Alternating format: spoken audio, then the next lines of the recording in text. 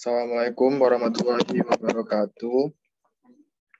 Semuanya selamat siang, sore buat yang nonton video ini. Jadi di sini mungkin gue kayak mau jelasin sedikit tentang gimana sih cara mengerjakan PBL Akbar. Nah, seperti yang kita tahu bahwasanya kan kita tidak ada format secara langsung kayak guidebooknya gitu kan. Cuman kita dikasih di sini apa aja sih format yang harus dimasukin. Yang pertama kan bisa dilihat ada cover, pernyataan kepengarangan, pendahuluan, itu motivasi dan fenomena, hasil studi kritis itu ada isu konseptual, pengembangan teori, kesimpulan dan rekomendasi, dan referensi. Nah, udah nih, ini jadi 6 format wajib yang harus ada dalam laporan kita. Nah, selanjutnya kita take notes untuk cover dan pernyataan kepengarangan. Mungkin untuk cover dan pernyataan kepengarangan nanti bakal kayak gue kasih, kita bakal serentak kayak covernya kayak mana, terus judulnya itu apa, mungkin nanti kita serentak. Jadi ini ditunggu aja. Nah, yang bisa disiapkan sekarang adalah tinggal bikin aja kalian job desk masing-masing untuk per kelompok itu kayak mana, kalian mau mengerjakannya kayak mana, terus disiapin dulu formatnya ini. Formatnya ada mulai dari disiapin aja halaman cover, halaman pernyataan kepengarangan, terus kemudian pendahuluan, hasil studi kritis, kesimpulan dan rekomendasi, dan juga referensi kayak gitu ya. Jadi sebenarnya siapin aja, nggak perlu pakai bab-bab dulu, langsung aja kayak gini ditulis dulu aja sesuai RPS-nya. Terus di sini gue mau jelasin terkait dengan isinya. Yang pertama kan ini ada cover dan pernyataan kepengarangan nanti bakal diserentakin ya. Jadi ini bisa di skip aja dulu, nanti judulnya juga diserentakin kita.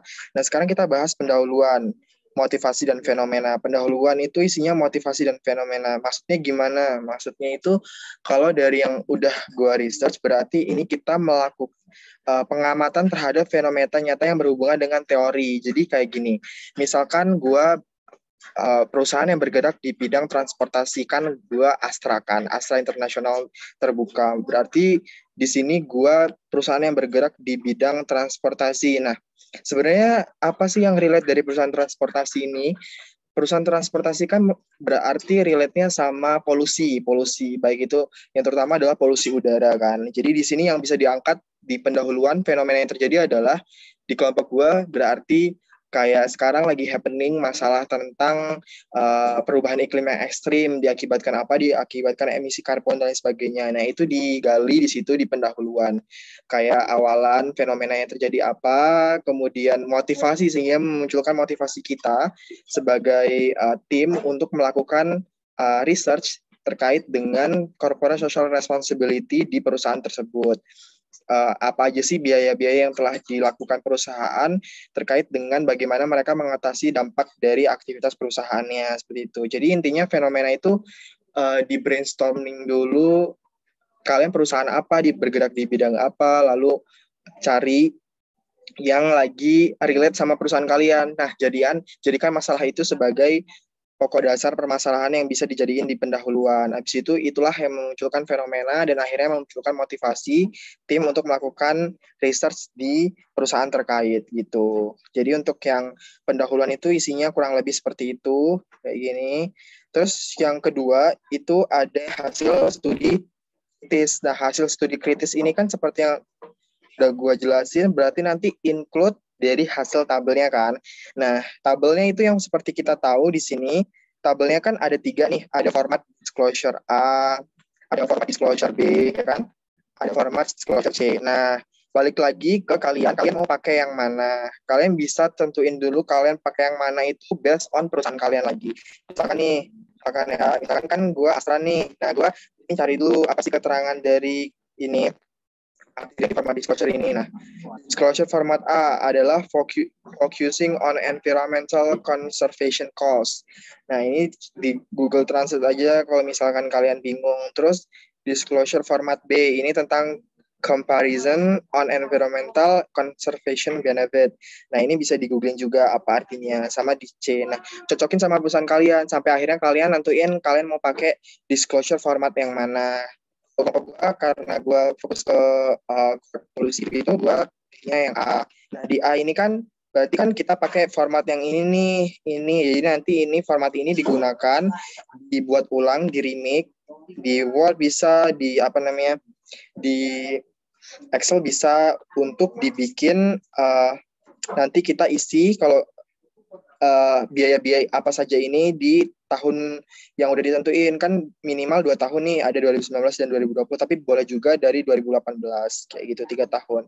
Jadi sebelum itu siapin dulu laporan keberlanjutan dari tahun 2018 sampai 2020 di perusahaan yang kita pilih, ataupun siapin laporan tahunannya untuk cari informasi terkait dengan ini, bisnis area cost, terus upstream, downstream cost, administration cost, research and development cost, social activity cost, gitu kan. Pasti ada. Terus key activity and the outcome. Ini tuh apa? Ini tuh kayak bentuk dari kegiatannya. Misal bisnis area cost, ya apa bisnis area cost dari perusahaan tersebut itu dijabarin di sini apa aja. Nah, untuk yang investment sama cost ini boleh sih di skip dulu, nanti bisa ditanyain sama ibunya kayak mana cara ngisinya. Nah, jadi kayak gitu sih. Jadinya hasilnya ada 3 tabel. Nah, kalau mau lihat lebih lengkapnya bisnis area cost itu apa aja, ada ini, ada 1, 2, 3, ada pollution prevention cost, ada ini, tinggal ditranslate aja sama kalian, ini tuh apa aja gitu. Terus udah kan, setelah kalian nentuin itu tadi, ya jadi kita balik lagi ke sini, hasil studi krisis, isu konseptualnya, jadi kerangka frameworknya kalian mau ngelakuin kayak mana gitu, isu konseptualnya.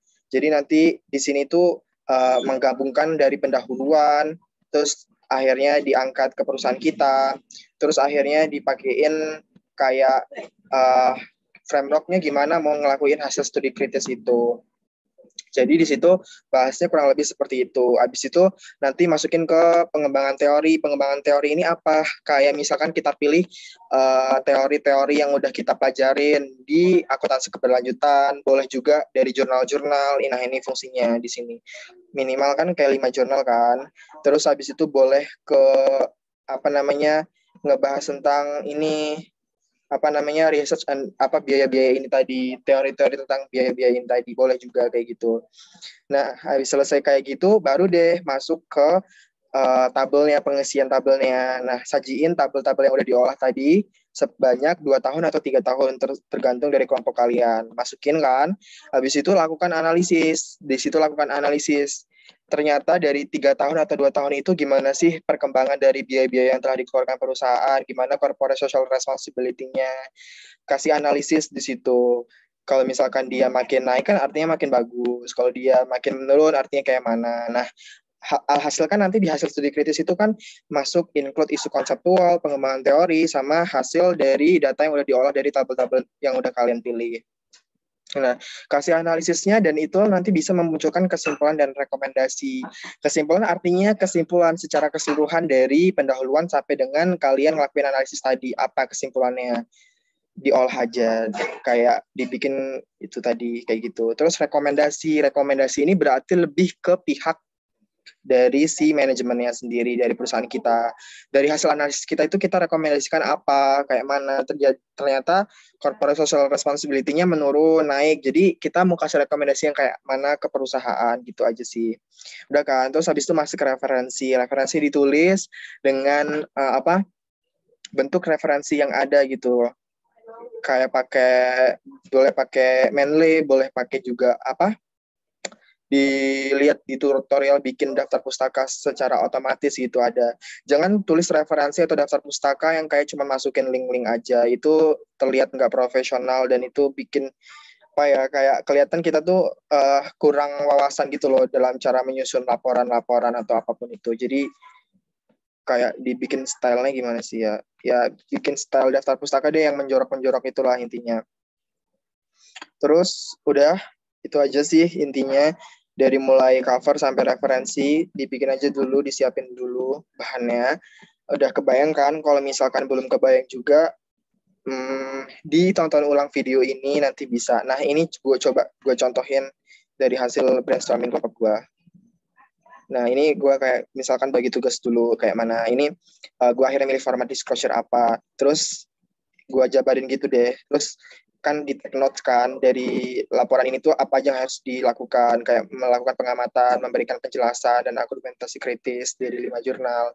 Terus yang nomor 3 ini kenapa diburuin, karena ini kan udah lewat dan kita tidak melakukan sesi ini, jadi ini di skip.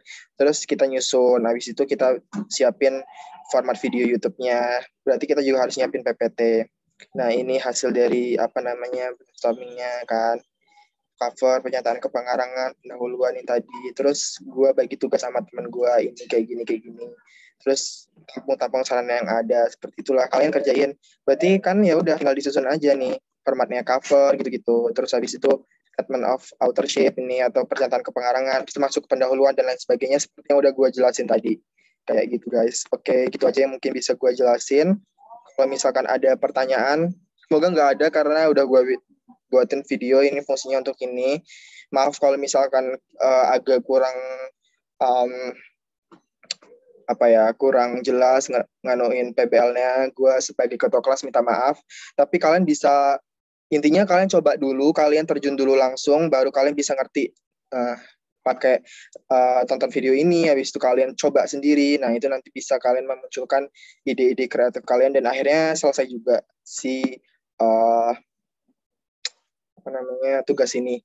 Semua informasinya udah gua taruh juga di di grup, semua informasi baik itu kayak apa aja yang harus take notes, apa aja yang harus dikerjain, terus semua PDF-PDF-nya juga ada, semua RPS-nya juga udah ada, ini video juga bakal gua taruh gitu kan. Jadi semoga lancar dan semoga bisa kekejar deadline-nya sampai selesai di tanggal 7. Semuanya thank you so much yang udah nonton video. Semangat terus, yaudah. Assalamualaikum warahmatullahi wabarakatuh.